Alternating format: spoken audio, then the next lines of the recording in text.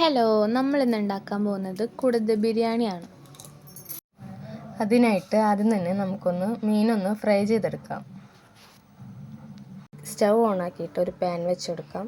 അതിലേക്ക് നമുക്ക് വെളിച്ചെണ്ണ ഒഴിച്ച് കൊടുക്കാം. എണ്ണ ചൂടായി വരുമ്പോൾ നമുക്ക് കായം ഇട്ട് വെച്ച മീൻ അതിലേക്ക് ഇട്ട് കൊടുത്ത് ഫ്രൈ ചെയ്തെടുക്കാം. മീൻ നന്നായിട്ട് മൊരിഞ്ഞ് വന്നിട്ടുണ്ട്. അത് നമുക്ക് പാത്രത്തേക്ക് മാറ്റി വെക്കാം.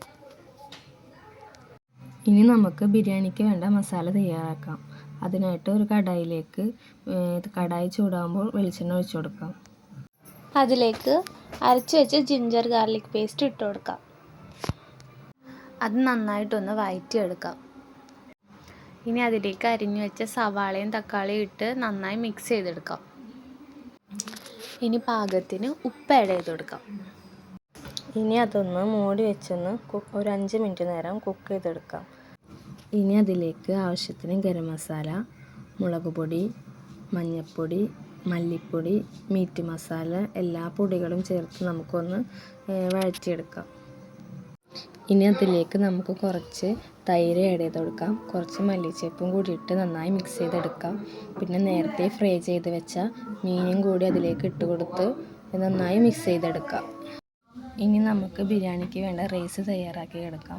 അതിനായിട്ട് തിളപ്പിച്ച വെള്ളത്തിലേക്ക് കുറച്ച് മല്ലിച്ചപ്പും പെരിഞ്ജീരകവും മസാലക്കൂട്ടും എല്ലാം ഇട്ട് നന്നായി തിളപ്പിക്കുക.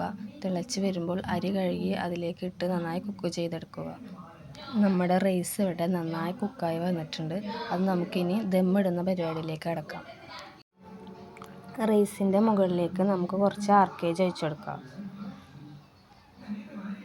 ഇനി നമുക്ക് അതിൻ്റെ മുകളിലേക്ക് നമ്മൾ നേരത്തെ ഉണ്ടാക്കി വെച്ച ഫിഷ് മസാലയോട് കൂടിയിട്ട് നമുക്ക് അതിൻ്റെ മേലെ ഇട്ട് കൊടുക്കാം. സാധാരണ ചിക്കനൊക്കെ ആകുമ്പോൾ അടിയിലാണ് ഇട്ട് കൊടുക്കൽ. പക്ഷേ ഇത് മീനായതുകൊണ്ട് അത് പൊടിഞ്ഞു പോകുന്ന കാരണം നമ്മളത് മേലാണ് ഇട്ട് കൊടുക്കുന്നത്. ഇനി അതിൻ്റെ മേലെ നമുക്ക് കുറച്ച് മല്ലിച്ചപ്പ് ഇട്ട് കൊടുക്കാം. പിന്നെ ഒരു 5 മിനിറ്റ് നേരം ലോ ഫ്ലെയിമിലിട്ട് നമുക്കൊന്ന് ഗ്യാസുമ്മ വെക്കാം, ദമ്മിടാൻ വേണ്ടിയിട്ട് കേട്ടോ. അപ്പോൾ നമ്മുടെ ഫിഷ് ബിരിയാണി ഇവിടെ റെഡി ആയി വന്നിട്ടുണ്ട്. അപ്പോൾ എല്ലാവരും വീട്ടിലൊന്ന് ട്രൈ ചെയ്ത് നോക്കുക.